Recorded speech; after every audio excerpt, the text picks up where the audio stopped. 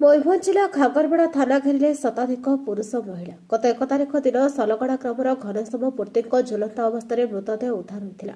ପରିବାର ଏବଂ ଗ୍ରାମବାସୀ ହତ୍ୟା ଅଭିଯୋଗ ଆଣିଥିଲେ, କିନ୍ତୁ ପୋଲିସ ମାମଲା ରୁଜୁ କରିନଥିଲା। ବ୍ୟବଚ୍ଛେଦ ରିପୋର୍ଟ ଆସିଲେ ଜଣାପଡ଼ିବ ବୋଲି କହିଥିଲେ ସ୍ଥାନୀୟ ଥାନା ଅଧିକାରୀ। 1 ତାରିଖରୁ ଆଜି ପର୍ଯ୍ୟନ୍ତ ବ୍ୟବଚ୍ଛେଦ ରିପୋର୍ଟ କାହିଁକି ଆସିନି ବୋଲି ପ୍ରଶ୍ନ କରିଥିଲେ ଆନ୍ଦୋଳନକାରୀ। ଗ୍ରାମବାସୀ ଏବଂ ପରିବାର ଲୋକ ଏନେ ଅସନ୍ତୋଷ ଥିବା ବେଳେ ଆଜି ଘାଗରପଡ଼ା ଥାନା ଘେରାଉ କରିଛନ୍ତି ପରିବାର ଲୋକଙ୍କ ସହିତ ଗ୍ରାମବାସୀ। ତେବେ ହତ୍ୟା କରି ଗଛରେ ଝୁଲାଇ ଦେଇଥିବା ନେଇ ଅଭିଯୋଗ ହେଉଥିଲେ ମଧ୍ୟ ପୋଲିସ ସେ ଦିଗରେ ବିଲକୁଲ ତଦନ୍ତ କରୁନଥିବା ଅଭିଯୋଗ କରି ତୀବ୍ର ଅସନ୍ତୋଷ ସୃଷ୍ଟି କରିଛି। ସ୍ଥାନୀୟ ଥାନା ପୋଲିସ ଅଧିକାରୀଙ୍କ ମନମୁଖୀ ପଦକ୍ଷେପ ବିରୋଧରେ ଗ୍ରାମବାସୀ ଏକଜୁଟ ହୋଇ ଥାନା ପରିସରରେ ଏବଂ ଅଫିସ ଆଗରେ ଟାୟାର ଜାଳି ବିକ୍ଷୋଭ ପ୍ରଦର୍ଶନ କରିଥିଲେ। ଦୀର୍ଘ ସମୟ ଧରି ହୋହଲ୍ଲା ଲାଗି ରହିଥିବା ଦେଖିବାକୁ ମିଳିଥିଲା। ପୋଲିସ ଏବଂ ସଲଗଡ଼ା ଗ୍ରାମବାସୀଙ୍କ ମଧ୍ୟରେ ଠେଲାପେଲା ମଧ୍ୟ ହୋଇଥିଲା। କିଛି ସମୟ ପରେ ରରୁଆ ଥାନା ଅଧିକାରୀ ଅନାଦି ପଟ୍ଟନାୟକ ପହଞ୍ଚି ଉତ୍ତ୍ୟକ୍ତ ଲୋକଙ୍କୁ ବୁଝାସୁଝା କରିଥିଲେ।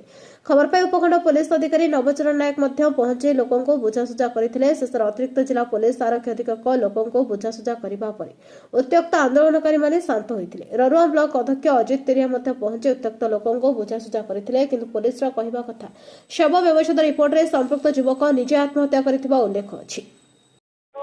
मैडम आप नाटा ରେଣୁବାଳା ମହାକୁଡ଼। कौन कहिए आम देखिए थाना आसती थाना घेराव कर कौन है घटना कौन ଘଟଣା ହେଇଛି ଆଜି 13 ଦିନ ହବ ଜଣଙ୍କ ମର୍ଡର ହେଇଛି। ତାକୁ ମାରିକି ଗଛରେ ଟଙ୍ଗା ହେଇଥିଲା।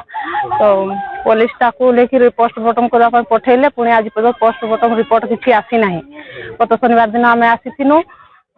ସେଦିନ କହିଲେ ପୋଷ୍ଟମର୍ଟମ सोमवार आसब कहले सोमवार छाड़ी मंगलवार बुधवार आज गुरुवार है आउ थे आम समस्ते आसीछू एले पुलिस कहूँ आसी ना आज भी रिपोर्ट से आम आज घेराव कर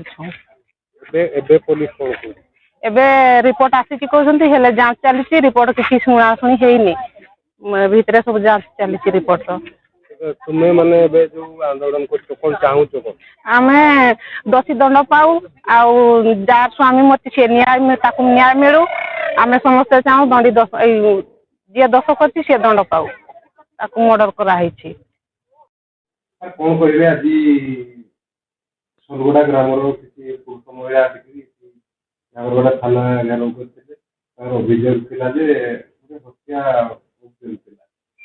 कौन कहे सोलगड़ा ग्रामवासी आज आसते थाना भी घेराव करते ये विषय हूँ गत 1/11/2025 तारीख दिन जो शांतिपूर्ति तार स्वामी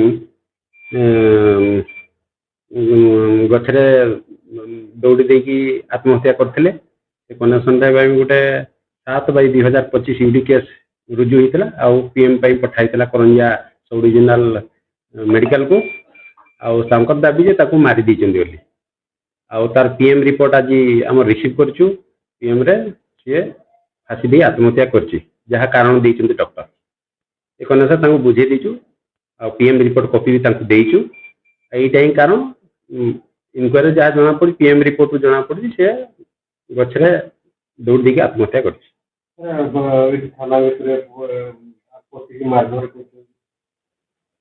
ना ना मारधर करना जिते आसिले बुझासुझा कला ठेलापेला होती और ये कनेक्शन आम देखुचु कौन व्यवस्था करा जमुना हेम्ब्रम कौन कहे आम देखुचु थाना घेराव कर थाना बसी पुरुष महिला मैंने कौन है घटना कौन आम गाँव गोटे घटना घटला किसी भी किसी ये करते ना कि सेदिन आसी कहले सोमवार दिन किसी रिपोर्ट दे पारे एवं गुरुवार हो गला किसी भी आमको रिपोर्ट मिललानी तो आम से किसी न्याय देता ना तो आम से आसीचु तुम्हें कौन चाहूँ जो घटना कौन थी कौ घटना नहीं यही जड़े मृत्यु से करनी कि ये कर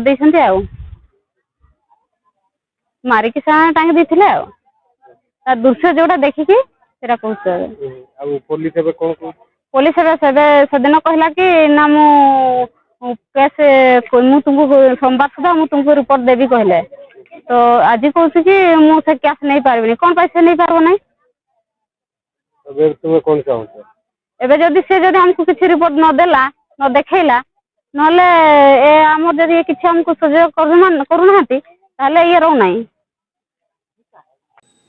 मयूरभंज घासराम बेराम का रिपोर्ट नायबती टीवी।